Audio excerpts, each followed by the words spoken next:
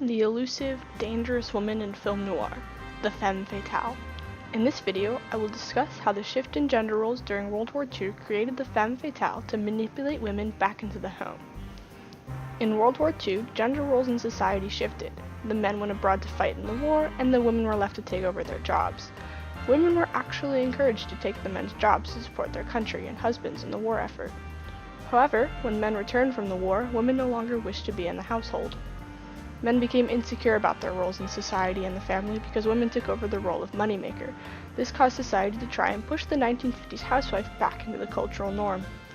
The biggest industry to attempt to push women back into the home was cinema. Cinema played on men's insecurities about their role in society by creating a physical enemy in cinema, the femme fatale.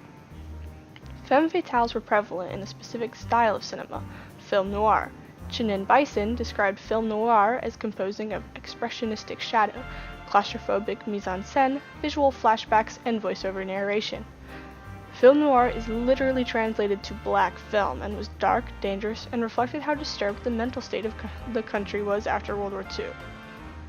To showcase the aspects of film noir and the characteristics of a femme fatale, I will be analyzing the film Double Indemnity, directed by Billy Wilder. I will then delve into how the femme fatale was meant to impact society and gender roles.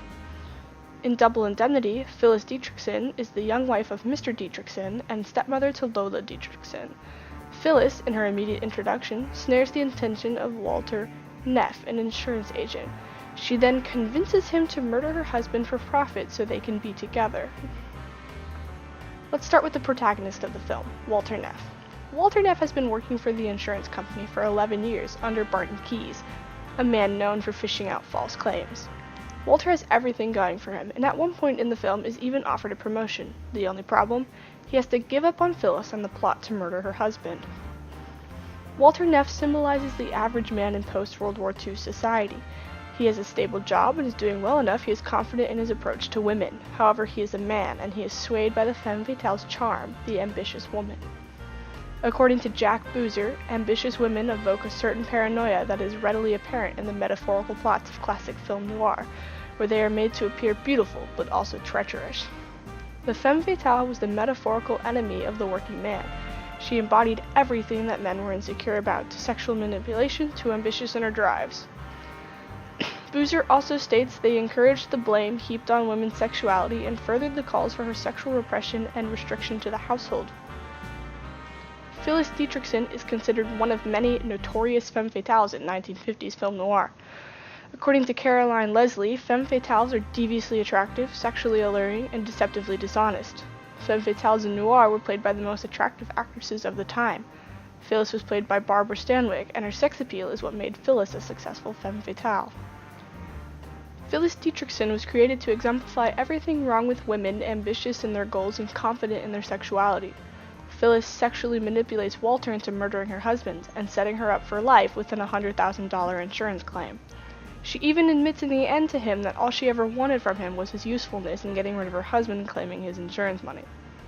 Also, according to Boozer, gender conflict too often overlooked learned cultural patterns that apply to both sexes, including the man's desire to prove himself financially and the woman's desire to be esteemed through financial success. The reason Walter agreed to help Phyllis through her dilemma was that he could prove his ability to support her and fulfill her dream of being financially superior. So what was the purpose of the femme fatale? The femme fatale was created out of men's insecurities and anxiety at being pushed out of their role in society.